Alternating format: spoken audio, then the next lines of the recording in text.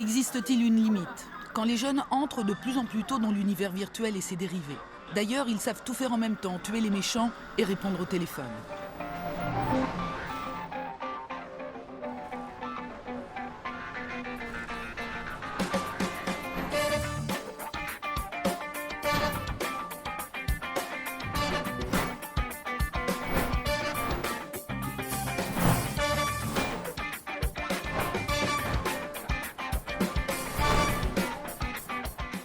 Je pense qu'on peut basculer aussi sur le sujet suivant, qui est la Oui, société du loisir. deuxième Et sujet. moi, je pense que de toute façon, il y a une tendance très très profonde dans l'économie mondiale et dans les sociétés modernes, et qui est là depuis vraiment longtemps, qui est qu'il y a de plus en plus une automatisation de la production.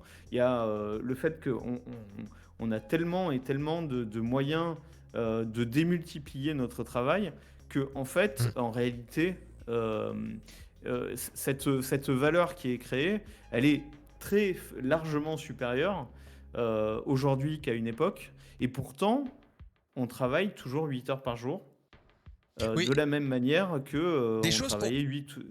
un peu changé sur certains boulots. Alors, un truc qui n'a pas changé, qui fait plus, je pense, perdre des emplois, qui n'en fait gagner, c'est les caisses automatiques. On parlait d'automatisation. Ben voilà, au lieu d'avoir 4 caisses, enfin, 6 caisses automatiques, 6 caissières, t'en as une qui surveille le parc Alors, de caisses automatiques. je suis pas tout à fait d'accord avec toi parce que les caisses automatiques, en fait, il y a quelqu'un qui fait le boulot, hein. Oui, il y en a C'est le une. client. il y en a- Oui, non, il y en a. Oui, voilà, mais ça fait moins d'employés embauchés, quoi. Euh, Ouais, c'est vrai, mais c'est quand même du travail.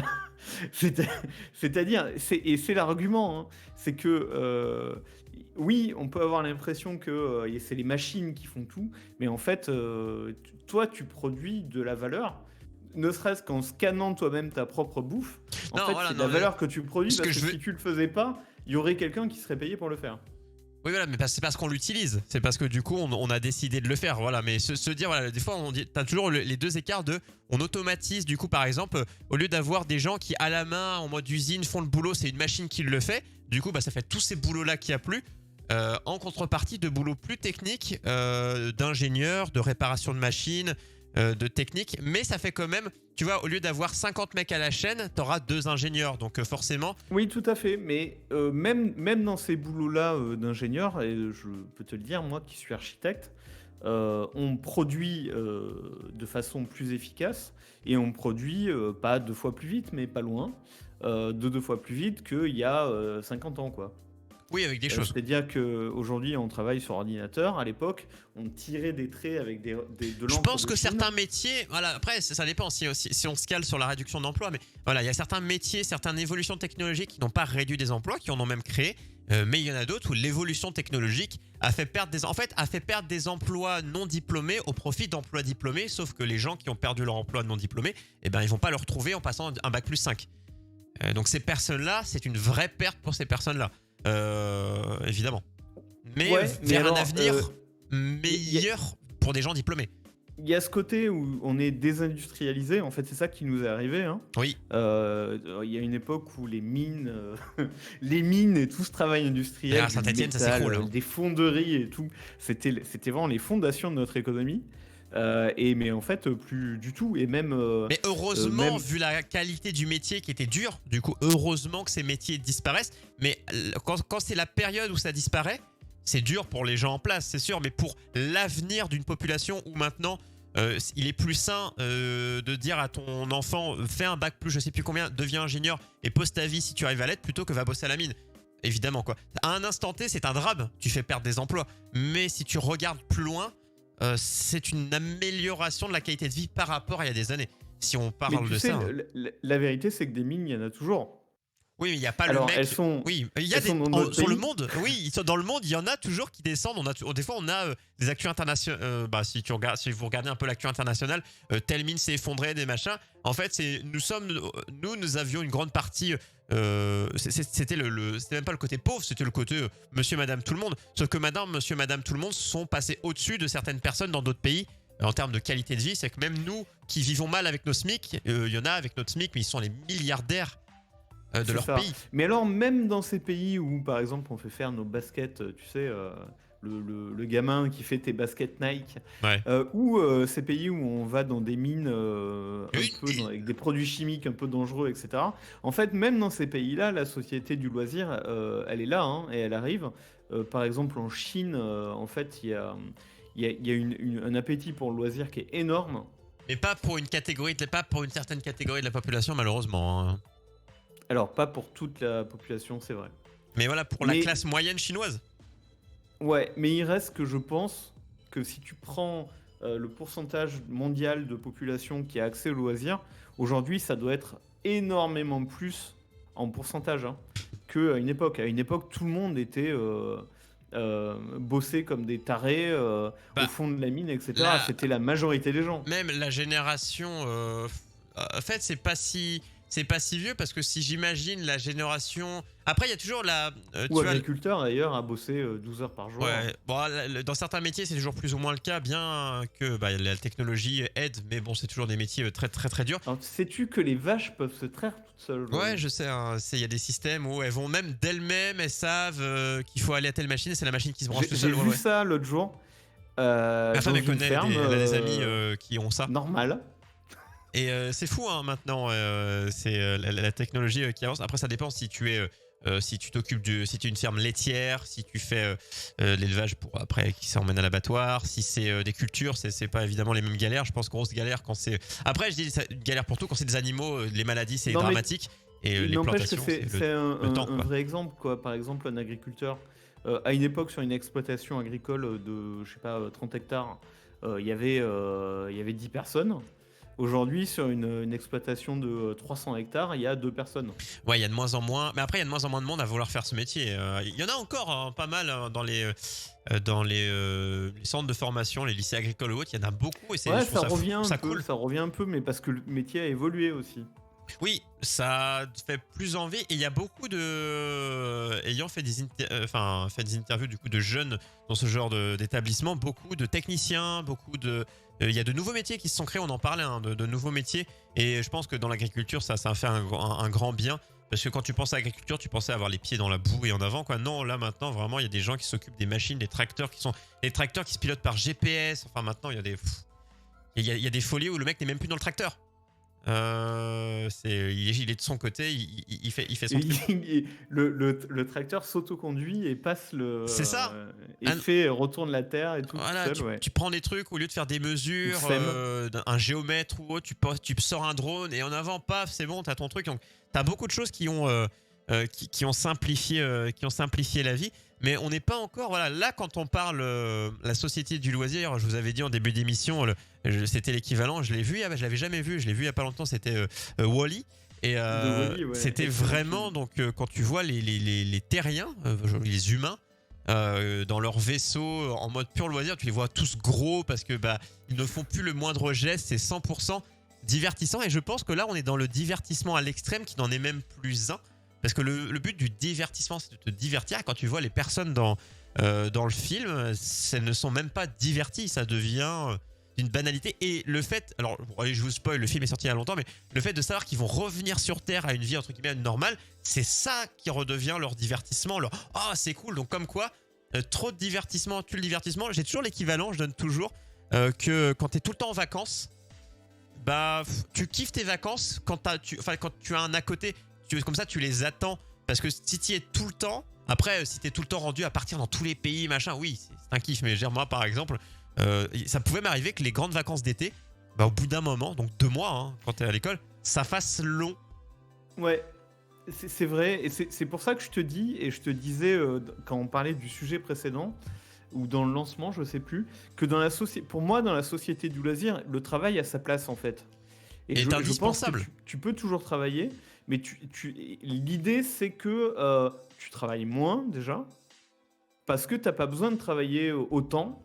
C'est ce que je disais, hein, c'est que je pense qu'on est beaucoup, beaucoup plus productif, et que de toute façon, en fait, l'histoire de la décroissance et du fait qu'on ne pourra pas avoir une croissance infinie dans une planète finie, parce qu'un jour, il faudra qu'on réduise notre activité industrielle pour réduire nos émissions, etc.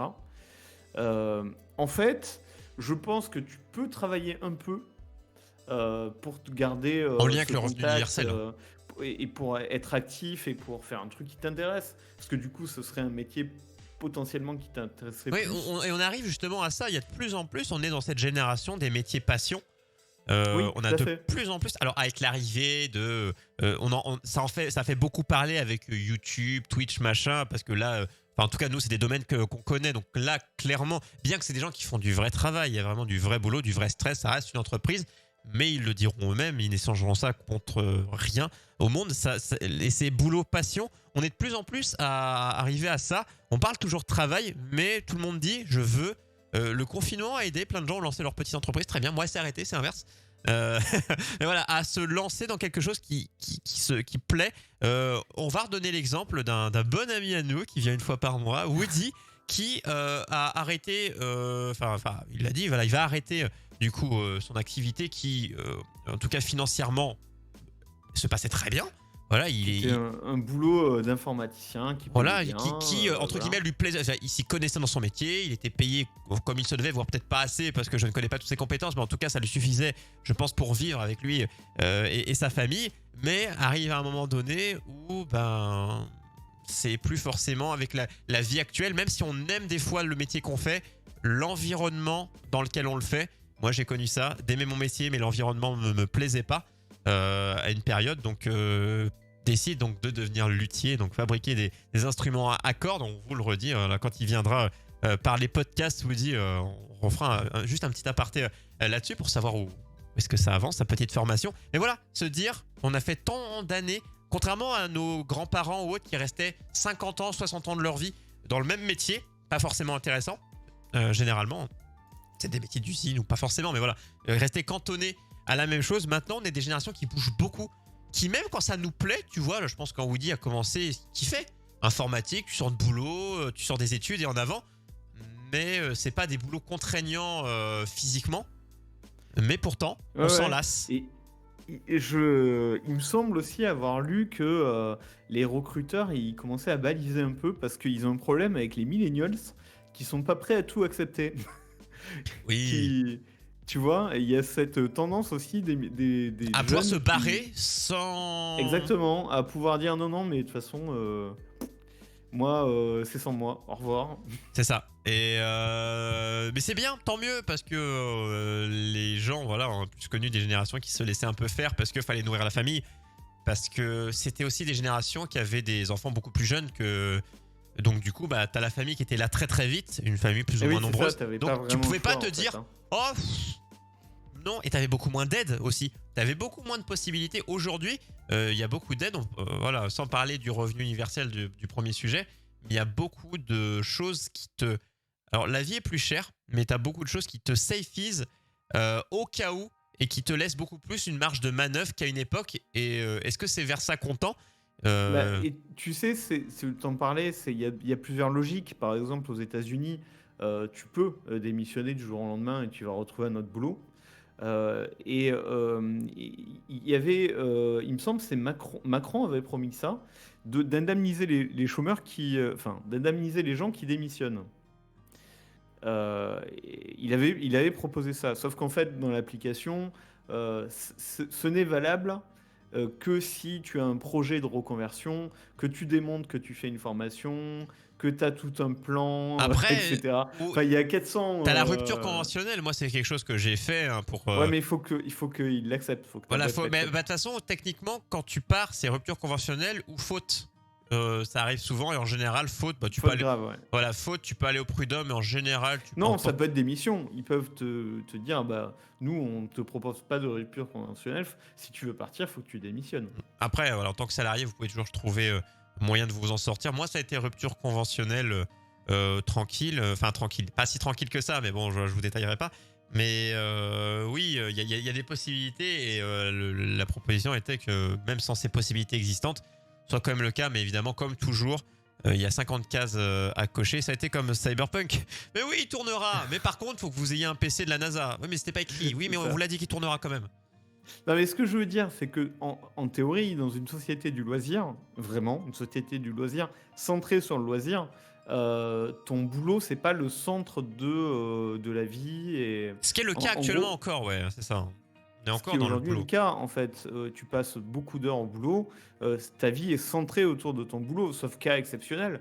Mais en gros, ta vie tourne autour Et de c'est ton encore boulot. mal vu, tu vois, par exemple, le fait d'être au chômage le Ou fait même de d'être dire que rentier et de pas bosser du tout, c'est mal vu aussi. mais le fait, après, si t'as travaillé pendant des années avant, voilà, il y a plein de choses qui viennent. C'est quand t'as eu un Mais pas héritage. forcément, tu peux très bien hériter, ouais, voilà, Mais non, par mais exemple. voilà, mais quand t'as travaillé des années, en général, on te fait pas ce reproche-là. Mais si t'as hérité, on a le ah ouais, il a hérité, donc, enfin voilà, les gens des fois jugent expressément. Mais bon, chacun a le droit d'avoir la chance et la famille et la vie qu'il a eu avant, évidemment, nous sommes bien d'accord.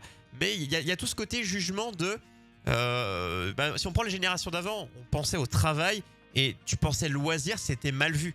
Ah, comment tu veux t'amuser? Mais va travailler. Et c'était mal vu, tu vois. Si tu dis ah ouais, moi je veux partir, machin, mais t'as un boulot, tu vois, il y a toujours ce rappel. Ah, mais tu travailles, mais tu vois, il y a ce mot qui est très vulgaire, hein, maintenant employé à tous les mots, qui est pris vulgairement, même pour les jeunes. Dès que je dis les jeunes, parce que maintenant je suis vieux, le mot travail, vous avez travaillé, c'est très mal pris ce mot travail, alors que ça ne devrait pas. Ça devrait être valorisé. Mais vu que c'est pas valorisé, c'est toujours le travail est toujours lié à la contrainte. Ouais, c'est ça. Moi, je trouve que, en fait, la valeur travail, je suis pas contre. Juste, ça dépend ce qu'on met derrière. Je trouve que le travail, il a un sens si tu le fais à une dose pas trop importante. En gros, si tu t'en es pas dégoûté, et si tu fais un travail pour lequel tu es fait, qui te plaît et qui t'apporte Et qui te met en avant en un lui-même. peu de bonheur aussi. Ce qui est marrant, c'est qu'il y a un travail.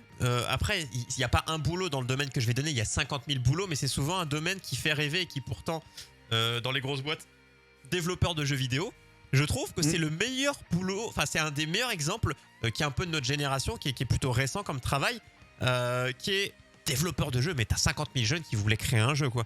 Mais en réalité, c'est des heures très peu valorisantes et où t'es considéré comme pas grand-chose. Je parle dans les très grosses boîtes. Ouais, et surtout, c'est malheureusement une culture du crunch, donc c'est des milliers d'heures payées au lance-pierre. Mais ça revient au côté du faut sortir. Mais est-ce que tu dirais que c'est la faute aux joueurs qui sont trop exigeants et du coup les éditeurs qui après remettent ça, ou est-ce que à qui la faute, l'œuf ou la poule en premier, quoi, les éditeurs Alors, ou les joueurs? Un peu Dans des les deux. dans les jeux vidéo, je pense que c'est très compliqué de savoir comment on en est arrivé là. Il y a une réponse qui est assez simple, c'est que peut-être les jeux sont trop ambitieux, trop compliqués à faire, et du coup on maîtrise très mal le planning. Et vouloir être trop Euh, en avance sur l'autre et vouloir avancer trop vite les marches, tu vas aller Et- vouloir les et- monter 4 par 4, quoi. Et du coup, tu te trouves forcément à faire un crunch à la fin. Mais en fait, cette explication, elle n'est pas tout à fait vraie parce que c'est ce qu'on appelle vraiment une culture du crunch. Et que je connais, moi, dans l'architecture, c'est exactement pareil. On appelle ça la charrette, où à chaque projet, tu te retrouves à faire du crunch à la fin, où tu bosses jusqu'à 2 heures du matin. Mais chaque projet, c'est donc que c'est une culture, c'est prévu comme ça. Plutôt que de Et rajouter 30 minutes de plus tous les jours, plutôt que de rajouter un mec Oui. ou de prendre des décisions qui font que ton projet, ton planning, t'arrives à le En fait, tenir. ça Quoi. donne une impression de s'y prendre au dernier moment pour faire son exposé, quoi. Ouais, et en gros, si tu fais pas. Enfin, ça paraît tellement normal à tout le monde que les gens inconsciemment le prennent en compte.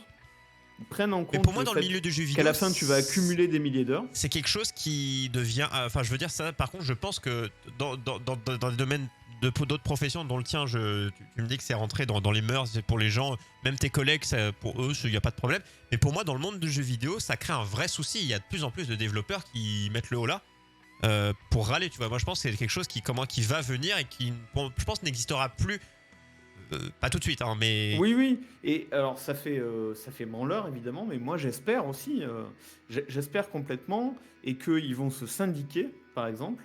Ça fait sale de dire ça, mais c'est à ça que ça sert, en fait. À la base. C'est que ça ne peut pas être normal. Tu peux pas dire que c'est normal que tout un métier, toute une branche considère qu'il soit classique et tout à fait acceptable de faire bosser Des tes milliers. employés en te basant sur leur passion peut-être, mais en tout cas de les faire bosser 200 heures par mois, les mois où tu dois finir un jeu ou Sans un forcément projet être ou je sais mieux pas quoi. payé. Sans forcément en étant En, beaucoup mieux en payé. étant payé pareil, mais en les faisant bosser la nuit et bouffer des pizzas.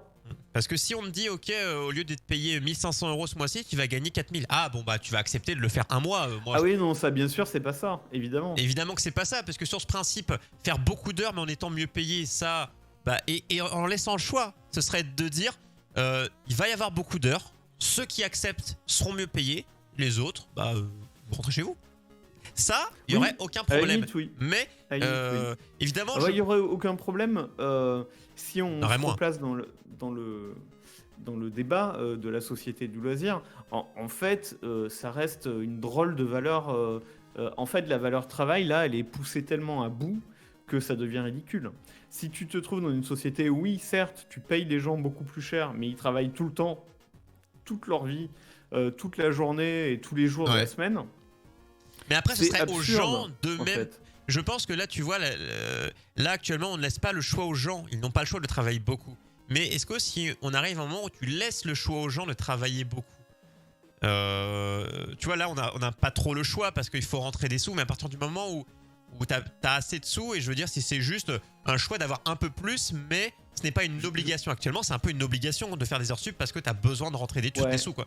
Je vais te dire en fait le fond de ma pensée, c'est que je pense que pour la société, pour l'économie, pour le pays, c'est bien plus intéressant, je pense, d'avoir des gens qui ont du temps à dépenser. Parce qu'ils vont le Ah oui, dépenser en loisirs, ça c'est un truc que tu dépenses sur place. C'est pas, c'est de l'économie directe. Ils vont peut-être donner du temps à faire autre chose. Ils vont ou payer en congé payé. aller effectivement des loisirs en vacances, au restaurant, etc. Et et puis ils vont s'occuper de leurs enfants. Ils vont faire plus d'enfants parce ils auront tout simplement plus de temps, etc.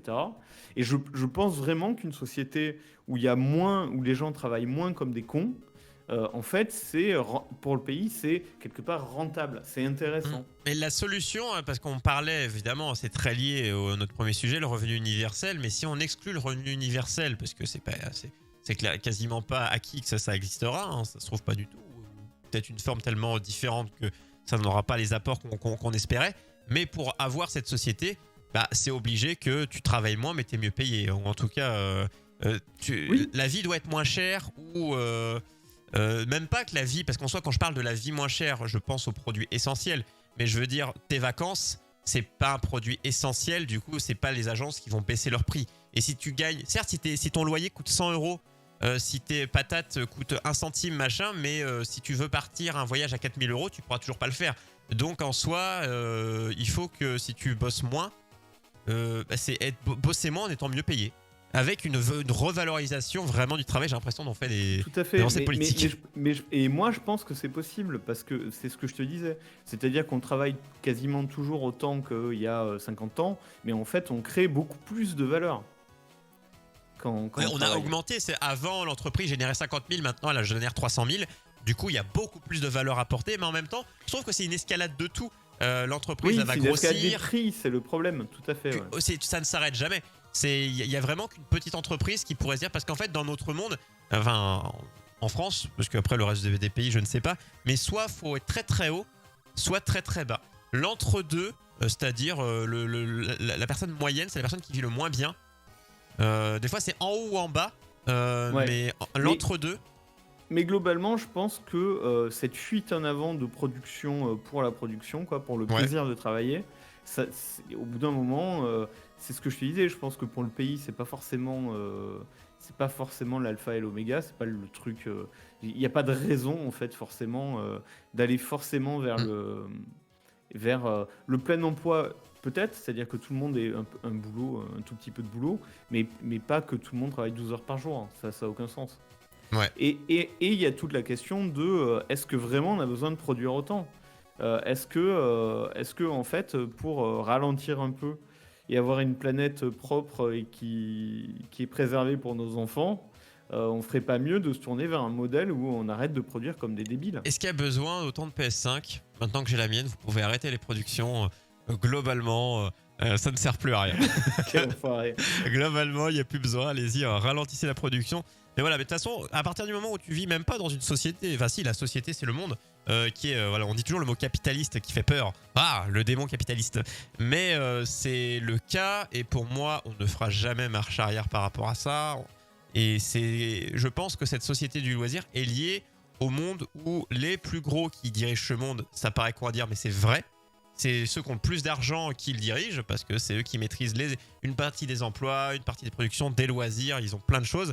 Donc à partir du moment où eux se disent je gagne, je continuerai de gagner, eux, leurs actionnaires et ainsi de suite, on ne pourra pas se dire juste même un pays, même à l'échelle d'un pays, je trouve ça compliqué. Tu vois, un pays qui en lui-même se fait cette réflexion, accolé où tu fais partie de l'Europe, si on prend la France. Tu fais partie de la Terre, donc tu as des liaisons avec les autres pays. Ouais, c'est vrai que c'est délicat de prendre ce genre de décision tout seul parce que tu vas te faire écraser par tes voisins. Quand t'es un petit pays qui fait tes trucs, tes bails et ainsi de suite, je pense que ça peut se faire, mais quand t'es un pays qui a une importance, qui a une taille importante, un PIB important et qui est parti dans une sphère qui monte et qui n'est pas une bonne montée. Au bout d'un moment, quand tu te casses la gueule, c'est de plus en plus haut. Mais tu peux pas ralentir, tu vois, dire aux gens on arrête complètement d'acheter des télés, des baskets en Chine, mais en même temps la Chine qui apporte, je pense que tu peux ralentir un peu. Alors, oui, tu peux. Un peu, ouais, mais... Oui, parce que l'on est d'accord, on parle pas d'un monde idéaliste. Là, on essaie de donner des extrêmes. Mais à la fois, moi, je pense que les extrêmes sont très très bons, même en politique, pour prendre et ralentir. Tu vois, moi, quand j'ai toujours dit, une idée très extrême de gauche, de droite, de ce que tu veux, tu la prends. Elle n'est pas forcément mauvaise, sauf qu'elle est poussée à une extrémité, d'où leur nom. Tu la prends, parce qu'elle te paraît mauvaise. Mais non, prends-la, tu l'adoucis, ou tu l'augmentes, ça dépend de quel côté tu te mets. Et tu peux avoir quelque chose d'intéressant. Toutes tes idées sont bonnes, mais souvent, elles sont un peu trop vénères ou trop molles. Il y a un curseur à donner. Tu vois, tout ce qu'on a dit, je pense, ce soir, il y avait des choses qui étaient très extrêmes, très idéalistes. Mais si tu en prends des petites bases, des petites idées, tu as moyen de récupérer. L'idée qui est sûre, c'est qu'il faut arrêter de travailler pour travailler. Ou juste de dire, faut que je travaille beaucoup pour mes loisirs. En tout cas, il faut, dans tous les cas, prendre plaisir. Pour moi, la première étape, c'est prendre plaisir en allant au boulot. C'est la première étape franchissable. En fait, si on prend le problème à l'envers, il y a un problème du travail, c'est-à-dire du fait que le travail a trop de place dans la vie des gens, oui. Et que souvent ils le vivent mal. Voilà. Il a une trop grande place et pas forcément une bonne. C'est ça. Voilà, et ma théorie, et je pense que c'est vrai, c'est qu'en fait c'est un tout petit peu un choix qu'on pourrait faire et qu'on n'a plus besoin de travailler autant. C'est juste que la société a décidé que en fait on est mieux là parce qu'il faut produire et que en gros des gens qui produisent, ils font ça, ils font pas autre chose en même temps et c'est plus facile à gérer sans doute. Et même dans la société qu'on est, on le redit, mais t'as beau te dire je m'en fous de tout, mais t'es entouré tu vois des nouveaux téléphones, des nouvelles télés, des machins, des trucs, des bidules, et t'es forcément tenté par quelque chose, sauf que ces choses ont un coût. Tu peux pas te dire je ne joue pas aux consoles, je n'écoute pas de musique, je ne regarde pas la télé. Enfin, il y a des ermites qui vivent très bien, qui sont très heureux. Et GG à eux. Mais tu peux pas vivre comme ça, c'est pas possible. Même moi qui m'estime pas être un gros acheteur, c'est-à-dire que pour moi, la dépense du siècle, c'est-à-dire... mais j'en connais, moi j'ai des amis, ils te dépensent 1000, 1200, 2000, 3000, comme ça. Moi, quand je dépense 500 €, j'ai l'impression d'avoir fait le casse pour 3 ans, 4 ans, 5 ans. Tu vois, j'ai pas des gros bling bling en mode je pars tout le temps en voyage, ou ma voiture je la thune, ou j'ai un machin, tu vois, j'ai pas des... j'ai pas, tu vois, je vais m'acheter un micro à 100 €, mais je vais pas m'acheter un micro à 1500, plus un PC à 3000, plus un machin. Voilà, j'ai pas assez d'argent, ce qui est normal. Mais voilà, j'aurais pas ces dépenses-là de vouloir me dire 5000, 10 000, voilà, c'est beaucoup pour mon revenu, mais c'est pas non plus des sommes. Tu vois, il y en a certains, tu leur dis 500 €.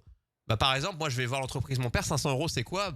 500 €, c'est une petite journée de travail, quoi. Parce que il y a une valeur du travail avec les années, c'est pas vu de la même chose. Tu vois, moi mon entreprise, quand je rentrais 500 € dans le mois, j'étais là, mon père a dit j'ai fabriqué une table avec cette somme là. Donc tu vois, c'est pas la même chose, c'est pas la même taille d'entreprise non plus. Ce qui rentrait dans le mois, moi je le rentrais en 1 an et demi. Ouais, Mais d'accord, mais après, si tu prends, disons, un exemple, par exemple, tu sais, les iPhones. mm, Tous les ans, il y a un nouvel iPhone, il coûte 1200 balles. Et en fait, il y a des gens qui ont acheté celui de l'année dernière, bah, qui qui sont là tous marche les ans, toujours quoi. très bien, mais qui s'achètent le suivant et qui revendent le précédent, peut-être, ou même pas. Et puis, en fait, cette consommation infinie, euh, oui, elle fait travailler, mais elle fait travailler en Chine, en fait, hein, Oui, non, parce mais que c'est pas une bonne chose. On est très d'accord. Je veux dire, que ce soit pour la planète, les usines, les machins, on est d'accord. On parlait de GTA qui fonctionne ce que je très veux dire, bien. c'est faire travailler, pour avoir de la croissance et pour produire, et donc pour consommer des matières premières. euh, Tout ça, c'est une fuite en avant, en vrai.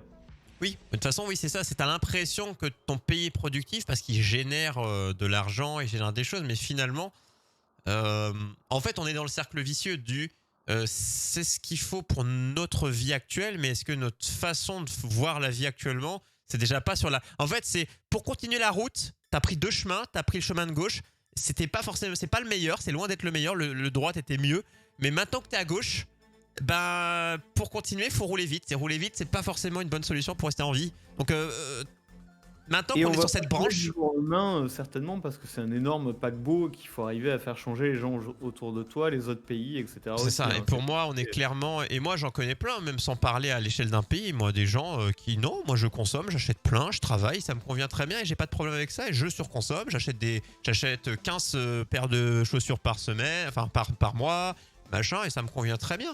Et je fais pas spécialement attention à la planète, enfin, je fais le minimum, je trie les déchets et ça s'arrête là, quoi. J'ai une grosse voiture, ça me fait plaisir. Tu vois, qu'on cette réflexion-là et que j'irai pas critiquer, parce que c'est le mode de vie dans lequel on est. Et juste à l'échelle individuelle, faire changer les choses, je pense que c'est impossible. Oui, oui. Alors, C'est à pour ça que l'échelle. je fais au niveau, la réflexion au niveau de la société. C'est parce que, je veux dire, c'est pas les gens eux-mêmes qui ont forcément décidé que le monde allait fonctionner comme ça. C'est juste que tout est fait comme ça. Le marketing, la publicité, la façon dont Oui, oui. On parlait de les la objets bouffe, sont mis en valeur, la pub et tout, quoi. Mais oui, c'est un ensemble. le matérialisme, le fait que tout tourne autour de ça, en fait. Ouais. Eh bien, tu vois, on est arrivé. Il y aura même pas ma chronique ce soir, les amis. Vous l'aurez une prochaine fois. Ce sera surprise parce qu'il est déjà 22h30 TER qui arrive à la fin. Quel mot on pourrait dire que déjà, il faut revoir alors, c'est pas individuellement qu'on le dit, hein, parce que c'est quelque chose qui doit se faire, parce que tout le monde aimerait bien, mais pour l'instant, on n'a pas forcément le choix. Ben, moi, je pense que c'est le côté noble de la politique, ce genre de débat. Et Mm. on a tourné en ridicule Benoît Hamon en 2017. Et peut-être que ça va revenir un peu donc l'an Mais c'est prochain, toujours là. comme ça, les gens qui sont un peu en avance par rapport à certains termes et qui ne sont pas très vendeurs, c'est toujours été le cas. Il y a eu beaucoup de technologies, beaucoup de choses qui sont été trop tôt, morts trop Ouais, puis tôt. peut-être il s'y est mal pris aussi, hein, je pense qu'on peut Oui, le je dire. pense qu'il a eu du mal, Euh, mais et moi, ce que je propose, c'est que dans cette année d'élection présidentielle là, qui arrive, bah, le YOLO Show, on ait de temps en temps un petit voilà, débat ça peut être très café sympa. politique. Parce qu'on vit, voilà, c'est juste des choses qu'on va vivre, donc des choses qu'on profitera ou qui nous feront du mal, on ne sait pas. Mais l'idée, c'est s'il faut ressortir de quelque chose, les amis, essayez de votre côté de faire des choses qui vous plaisent.